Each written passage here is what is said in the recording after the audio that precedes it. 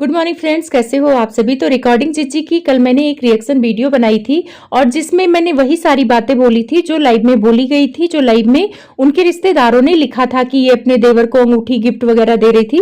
तो जिन्होंने वो वीडियो नहीं देखी उसको देख लेना। लेकिन पॉइंट यहाँ ये आता है कि उस वीडियो को देखने के बाद बहुत सारे निगेटिव कमेंट्स मुझे आ रहे थे, बहुत सारे पॉजिटिव थे लेकिन नेगेटिव ज्यादा थे, बद्दुआ वगैरह लोग दे रहे थे। तो मैंने सोचा कि अचानक से बद्दुआ वगैरह क्यों आ रही जब ये सारी चीजें एक लाइव में हो चुकी है और उसी सारी चीजों को मैं भी बता रही हूँ कि भाई ये चीजें इनके रिश्तेदार ने बोला है। हाँ, वहां पे मैंने एक मुद्दा उठाया था कि अगर आपके ससुर आपका शारीरिक शोषण करते हैं तो आप वहां उस घर में क्यों रही, क्योंकि आप लाइव में आती हैं तो आप जिस हिसाब से जिस टोन में बात करती हैं मुझे नहीं लगता है कि आप अबला नारी हैं। जगत भाभी की तरह आप एक सबला नारी हैं और पढ़ी लिखी हैं, तो आप अपने लिए स्टैंड ले सकती हैं।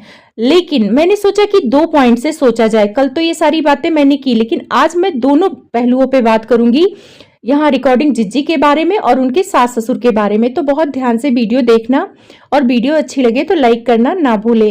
तो रिकॉर्डिंग जिज्जी अपने ससुर को गलत बोल रही हैं कि वो पूरी तरह से गलत है, मेरे साथ ऐसा किया वैसा किया। और एक चीज आप लोगों ने ध्यान दिया होगा कि ये घर से निकली थी तो पहले कोई वीडियो नहीं बनाया कि कोई लड़ाई झगड़ा हुआ। हाँ, बीच बीच में थोड़ा बहुत हम लोग को लगता था कि इनके सास से नहीं बनती है, क्योंकि सास बहू कभी कभार वीडियो में नहीं दिखती थी। और एक चीज और नोटिस किया था मैंने इनके ब्लॉग में कि इनकी मायके वाले आते हैं तो ससुराल वाले खुश नहीं रहते हैं। तो उन सारी चीजों में मुझे बुरा लगता था कि शायद इनके मायके वाले थोड़े से आर्थिक स्थिति में सही नहीं है, तो हो सकता है ससुराल वाले इसीलिए इनकी उतनी ज्यादा इज्जत नहीं करते हैं। ये सारी चीजें मेरे मन में आती थी। लेकिन चलो, ये तो हर घर की कहानी है, थोड़ा सा अप डाउन रहता है। लेकिन जब ये घर से निकली, पहले लखन भैया मिलने आए थे इनसे, उसके कुछ दिन बाद ये घर से निकली और ये जब निकली तो एक अचानक से रिकॉर्डिंग भी डाला अपने पहले मरे हुए पति के बारे में। ठीक है, वो बंदा चला गया, चाहे वो गलत था चाहे वो सही था, लेकिन ऐसे सोशल मीडिया पे लाके ये सारी चीजें रखना मेरे हिसाब से तो सही नहीं था। अगर आपको निकलना था तो आप एक वीडियो बनाती कि भाई मेरे सास ससुर ऐसे हैं और अब मुझे यहाँ नहीं रह सकती हूँ, सारी चीजें क्लियर करती। और आपकी पब्लिक आपको इतना प्यार करती है और आज भी करती है तो सारी चीजें समझती। पर आप जो इंसान इस दुनिया में है ही नहीं उसके बारे में आप सारी चीजें कह रहे हो और आपको भी अच्छे से पता है चाहे वो सही हो चाहे वो गलत है, लेकिन अपने बारे में वो बोल नहीं सकता कि भाई मैं गलत हूं या सही हूं। तो इस चीज का आपने फायदा उठाया, आप अपने पति की सारी रिकॉर्डिंग रखी और उससे आपको बहुत ज्यादा सिंपैथी मिली। उस टाइम पे उस रिकॉर्डिंग को देखकर मुझे भी बहुत गुस्सा आया कि ये कैसा पति था। लेकिन फिर मैंने सोचा कि ये पति थे, ठीक है, सबके पति में हल्की फुल्की लड़ाई होती है, चलो कभी कभार मारपीट तक की नौबत आ जाती है। लेकिन इनको कैसे पता था कि इसी टाइमिंग पे मेरे पति मुझे मारने आएंगे और मैं रिकॉर्डिंग करूंगी। क्योंकि जब झगड़ा होता है तो नॉर्मल बात करते करते झगड़ा बढ़ता है, बहुत ज़्यादा एक दूसरे को पोक करते हैं, हमारी बातें नहीं मिलती हैं, तब वो झगड़ा मारपीट तक जाता है। तो ये कैसे इनको पता था कि अभी मुझे ये मारेंगे या पीटेंगे तभी मैं रिकॉर्डिंग कर लूँगी। ये थोड़ा सा अजीब है, आप लोग भी मेरे हिसाब से थोड़ा इस बात को सोचना। और एक पॉइंट ये भी हो सकता है कि बंदे को पता हो कि अब ये बंदा मेरे पे हाथ उठाएगा, मैं इसको इतना पोक करूँगी कि ये मजबूर हो जाएगा हाथ उठाने पे, और तब मैं प्लान के तहत रिकॉर्डिंग कर लूँगी और इसका उपयोग मैं पब्लिक को दिखा के सिंपैथी ले सकती हूँ। तो ये भी हो सकता है। आप दोनों पॉइंट पे सोचना, मैं किसी को गलत और सही नहीं कह रही, सिर्फ पॉइंट की बात करती हूँ। अब आते हैं इनका जो अंगूठी वगैरह वाला बात हुआ है, तो वो अंगूठी वगैरह वाला बात अगर इनके रिश्तेदार कह रहे हैं तो वो बात तभी आप लोग मानना जब पब्लिक में वो सारी चीजें लाएंगे और सबूत के साथ बात करेंगे। जैसे आप रिकॉर्डिंग जिज्जी के सबूत पर भरोसा करते हैं, वैसे उन लोगों को भी सबूत लाने की कहिए कि भाई अगर अंगूठी दिया है इन्होंने तो क्यों दिया है। ये तो थोड़ा सा अजीब लग रहा है कि 1 महीने के अंदर ही इतना ज्यादा इंसान कैसे नॉर्मल हो सकता है कि वो बर्थडे मनाने लगे अपना देवर का। अंगूठी देना गलत नहीं है, हर भाभी अपने देवर को कोई ना कोई गिफ्ट देती है, तो इसमें कोई बहुत बड़ी बात नहीं है। लेकिन अगर आप इनके पुराने ब्लॉग देखेंगे तो ज़्यादातर ये जो इनके पहले पति थे उनसे ये कंफर्टेबल उतना नहीं होती थी, शायद इनके रिश्ते उतने अच्छे नहीं थे अपने पहले पति के, ये तो सच है। और इनके रिश्ते अपने देवर से अच्छे थे, आप वीडियो में जाके देखना, मैं कोई गलत वे में नहीं बोल रही हूँ। ये अपने पति से ज़्यादा अपने देवर के साथ कंफर्टेबल होती थी हर वीडियो में, क्योंकि पुराने वीडियो पड़े हैं और उसमें बहुत सारे लोग उसको गलत कमेंट्स भी करते थे। जब इनके पहले पति थे तभी भी लोग निगेटिव कमेंट्स करते थे इस चीज़ को लेकर कि अपने पति के साथ तो इतनी कंफर्टेबल नहीं होती हैं पर अपने देवर के साथ होती हैं। अब ज़्यादा दूर मत जाइए, इनके सास ससुर की वेडिंग एनिवर्सरी वाली वीडियो आप लोग देख लीजिए, आप लोग को सारी चीज़ें क्लियर हो जाएंगी। ये हो गया। अब वो चाहे उन्हें अपना छोटा भाई मानती हूँ अपने देवर को, इस वजह से वो कंफर्टेबल रहती हूँ, क्योंकि जब सामने वाले बंदे से गुस्सा रहता है इंसान तो घर में कोई और इंसान होता है तो उससे इंसान बातचीत करके अपने मन को हल्का कर लेता है। तो ये भी रीजन हो सकता है, जरूरी नहीं है कि हर रिश्ता गलत ही हो। अब आते हैं दूसरा पॉइंट। इन्होंने अपने ससुर पे इल्जाम लगाया कि ससुर ने मेरा शारीरिक शोषण किया। अगर इतनी बड़ी बात ये आके सोशल मीडिया पे बोल रही हैं तो कुछ ना कुछ तो सच्चाई होगी।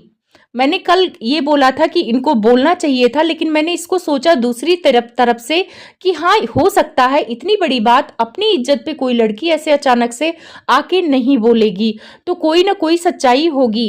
अगर इनके सास ससुर सही होते तो उस बात का जवाब इनको देना चाहिए, क्योंकि उनके पास भी चैनल है, उनके रिश्तेदारों का चैनल है, उनके रिश्तेदार, उनके पड़ोसी उनके सपोर्ट में वीडियो भी बनाते हैं, उनके सपोर्ट में जाके लाइव में बातें भी करते हैं। जैसे इनके पड़ोसी का देखा जाए तो उनके सास ससुर का सपोर्ट करते हैं कि वो गलत नहीं है, बहुत अच्छे हैं, ऐसा कुछ नहीं है।